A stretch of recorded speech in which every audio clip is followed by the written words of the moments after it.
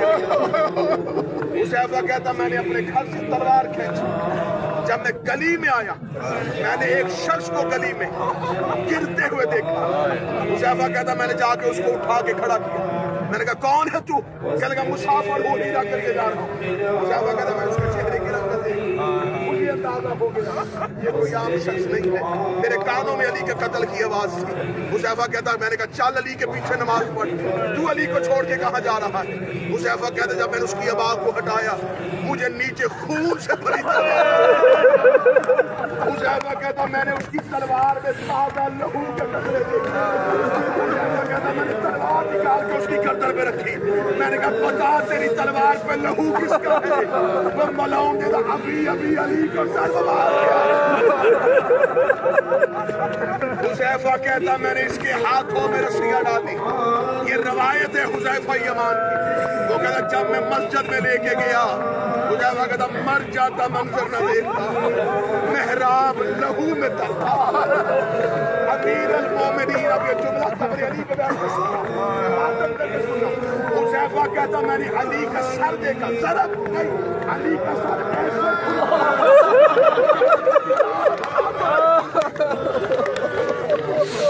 میں نے علی کا پورا پسند دیکھا۔ امیر المومنین امام حسن کے زانوں پہ علی کا سر، امام حسن اپنے امامے سے مولا کے سر کو باندھ رہے تھے، کہاں سے لے کے آئے گی دنیا علی جیسا ہی۔ امیر المومنین بار بار حسن کا ہاتھ ہٹاتے، حسن مولا کی آواز آتی بابا مجھے زخم باندھنے دیجیے، مجھے زخم باندھنے باندھنا، نماز کا وقت جا رہا ہے۔ حسن مصلی امامت، نماز حسین کی بھی بڑی مشکل تھی جو لہو سے تر ہو کے پڑی تھی، نماز حسن مولا کی بھی بڑی مشکل، باپ کا لہو مصلی پہ تھا اور حسن کہہ رہے تھے اللہ اکبر۔ نماز مولا حسن نے تمام کروائی۔ امیر المومنین کے بیٹوں نے بابا کو اٹھا کے گھر کی جانب چلے۔ میر علی صاحب کا شعر پڑھ رہے تھے، یہ یقیناً روایت ہے کہ شہزادی زینب نے عباس کو چاہتے ہوئے کہا عباس میرے بابا کو لانے میں جلدی کرو، اگر تمہیں تاخیر کی تو زینب مسجد میں آ جائے۔ امیر المومنین کے کان تک پیغام پہنچ گیا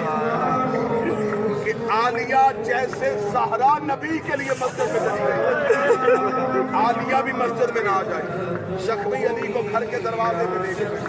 دروازے پہ جانا تھا، امیر المومنین کی آواز حسن جی بابا پیچھے کون کون آ رہا ہے؟ مولا آپ کے سارے نوکر آ رہے ہیں۔ فرمایا ان کو کہ واپس جاؤ، مولا کوئی واپس جانے کے لیے تیار نہیں، اللہ حکمن کہو کہ علی کہہ رہے واپس۔ جب مولا حسن نے جا کے بابا کا حکم ہے، مجرم ندی نے کہا کہ مولا کی عادت کے لیے آئے، امام حسن نے کہا مولا حسن میری مجبوری ہے، دروازے میں میری زینب کھڑی میرے سر کا زخم دیکھے گی زینب روئے گی، زینب کی آواز کسی صحابی کے کان میں آپ نے 40 ہجری کو زینب کی آواز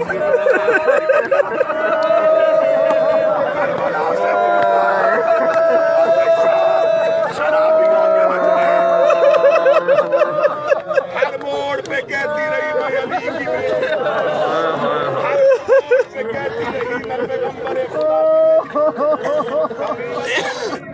کی بیٹیوں نے پہلی بار باپ زخمی دیکھا۔ الوداعی فرصہ ہے، آخری سلام ہے امیر المومنین، پھر ہمارے رخ ہے کربلا، کیونکہ باپ کے پرسے اولاد کو دیے جاتے ہیں۔ اے مولا امیر المومنین، ہم 3 راتوں سے آپ کے شہر مہمان تھے، مولا ہم سے گریہ کا حق تو ادا نہیں، مولا ہم سارے اکٹھے ہو کے آپ کی قبر پہ ہاتھ باندھ کے پوچھتے، مولا آپ کو سرب ایک لگی تھی، مولا بیٹوں نے پہرا دیا، مولا بیٹیوں کے سامنے آپ کا سر تھا، مولا مولا کبھی زینب ماتھا چومتی آپ زخمی رہے مولا بیٹیوں نے خدمت کی آئے کربلا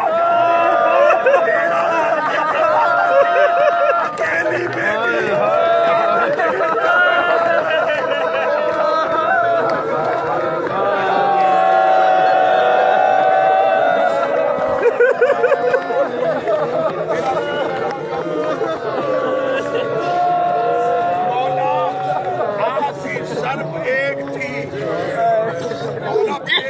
تیرہ ضربے لگے مولا نہ بھائی رو سکے نہ بیٹیاں ماتم کر سکے بے سادات و غیر سادات گزر گئی علی کی پہلی رات گزر گئی علی کی طبیب کو بلایا گیا اسے کہا جتنا ہو سکے امیر کو دودھ بجاؤ کوفہ کے یتیم علی کے دروازے پہ دروازے پہ دستک دے کے کہتے ہیں ہم کو کھانا کھلانے والے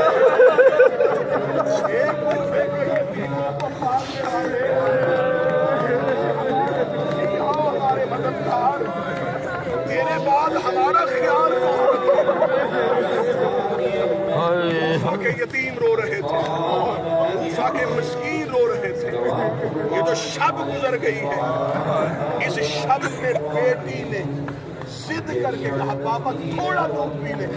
امیر المومنین لب لگا کے کہا یہ ضمیر میں علی کا آخری رزق ہے اس کے بعد علی زمین سے رزق نہیں لے گا امیر المومنین کی آنکھیں بند حسن و حسین کو وصیتیں کی اپنے پاکیزہ اصحاب کو وصیتیں کی پہلے اصحاب کو وصیتیں کی پھر بیٹوں کو وصیتیں کی پھر حسین کو کربلا سکھائی پھر غازی کو کربلا میں جانا سکھایا پھر حسن مولا کو اپنی ہتھیار اور اپنے صحائف عطا فرمائے جب سب کی وصیتیں مکمل ہو گئی علی نے صحاب کو رخصت کر دیا بیٹوں کو رخصت کر دیا اولاد کو رخصت کر دیا آخری جملہ پڑھنے گا مولا حسن کی بات ہے سب چلے جاؤ اللہ زینب سوائے میری اکیلی میری بیٹی کو میرے قریب رہے اکیلی میری بیٹی کو یہ وہ شہزادی ہے جس نے زندگی میں تنہائی میں کبھی باپ سے ملاقات کی جب اکیلی بیٹی اور باپ رہ گیا باپ زخمی ہے اور بیٹی سرحانے پہ کھڑی امیر المومنین کی آنکھیں بند ہیں اور شہزادی کا بدن کانپ رہا امیر المومنین کی بات زینب جی پاپا زینب قرآن پڑھیے شہزادی نے آیت 7 پڑھی